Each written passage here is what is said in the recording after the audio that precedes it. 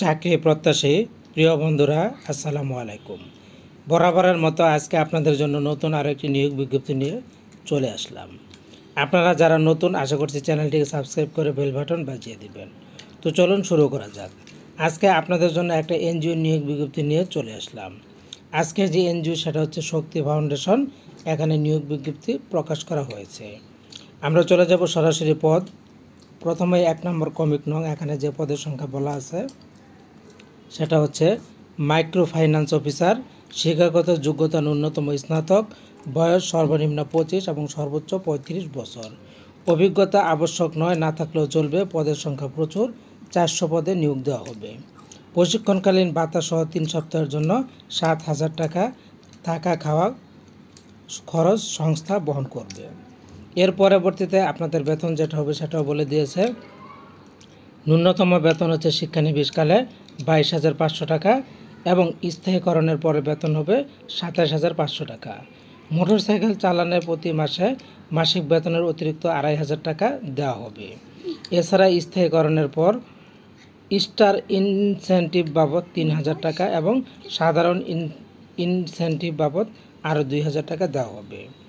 চলে যাচ্ছে 2 নম্বর পদ। 2 নম্বর পদের নাম হচ্ছে জুনিয়র অ্যাকাউন্ট্যান্ট। যোগ্যতা স্নাতক, এইচএসসি ও এসএসসিতে অবশ্যই বাণিজ্য বিভাগ থাকতে হবে।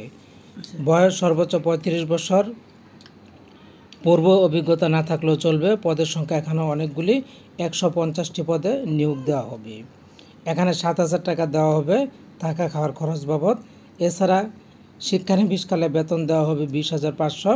চাকরি স্থায়ীকরণের পর বেতন দেওয়া হবে 25,500 টাকা। এছাড়া মাসিক অ্যালাউন্স বাবদ আরও 3,000 টাকা দেওয়া হবে। এরপর চলে যাচ্ছি হেলথ প্রোগ্রাম। এই হেলথ প্রোগ্রাম সেকশনে এখানেও নিয়োগ দেওয়া হবে। এখানে পদের সংখ্যা বলে দেওয়া আছে। মেডিকেল অ্যাসিস্ট্যান্ট, প্যারামেডিক নারী প্রার্থীদের অগ্রাধিকার দেওয়া হবে। যোগ্যতা চাওয়া হয়েছে MATS ডিপ্লোমা কোর্স সম্পন্ন হতে হবে অথবা 3 বছরের প্যারামেডিক কোর্স সম্পন্ন হতে হবে। বয়স সর্বোচ্চ 35 বছর। অভিজ্ঞতা MATS এর ক্ষেত্রে সংশ্লিষ্ট বিষয়ে কমপক্ষে 1 বছরের কাজের বাস্তব অভিজ্ঞতা থাকতে হবে এবং প্যারামেডিক্যাল তাদের ক্ষেত্রে মাঠ পর্যায়ে 2 বছর কাজের অভিজ্ঞতা থাকতে হবে। পদের সংখ্যা 40টি। মাসিক বেতন 20,000 টাকা দেওয়া হবে। এবার আমরা চলে যাচ্ছি আপনারা যারা আবেদন করবেন, এখানে তারা কিছু নিয়মকানুন বলে দিয়েছে। এই নিয়মকানুনগুলি আপনাদের সাথে শেয়ার করব। তারা বলেছে 1 ও 2 নং পদের জন্য চট্টগ্রাম সিলেট অঞ্চলের ক্ষেত্রে 1500 টাকা করে আঞ্চলিক ভাতা প্রদান করা হবে। সংস্থার পলিসি অনুযায়ী দূরত্ব ভাতা দেওয়া হবে 750 থেকে 2,500 টাকা। বৈশাখী ভাতা সহ বছরে 3টি উৎসব বোনাস দেওয়া হবে। স্থায়ীকরণের পর পলিসি অনুযায়ী প্রভিডেন্ট ফান্ড, গ্র্যাচুইটি, বিভিন্ন সুযোগ সুবিধা দেওয়া হবে।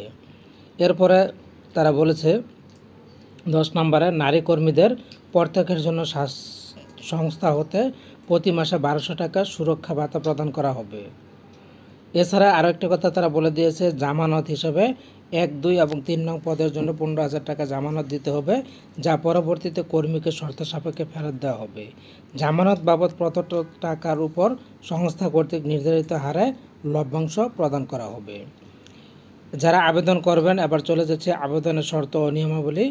আগ্রহী ও যোগ্য প্রার্থীদের পূর্ণাঙ্গ জীবন বৃত্তান্ত সহ শক্তি ফাউন্ডেশনের ওয়েবসাইট www.shakti.org.bd/career এর মাধ্যমে আগামী 16 নভেম্বর 2025 তারিখের মধ্যে পাঠাতে হবে।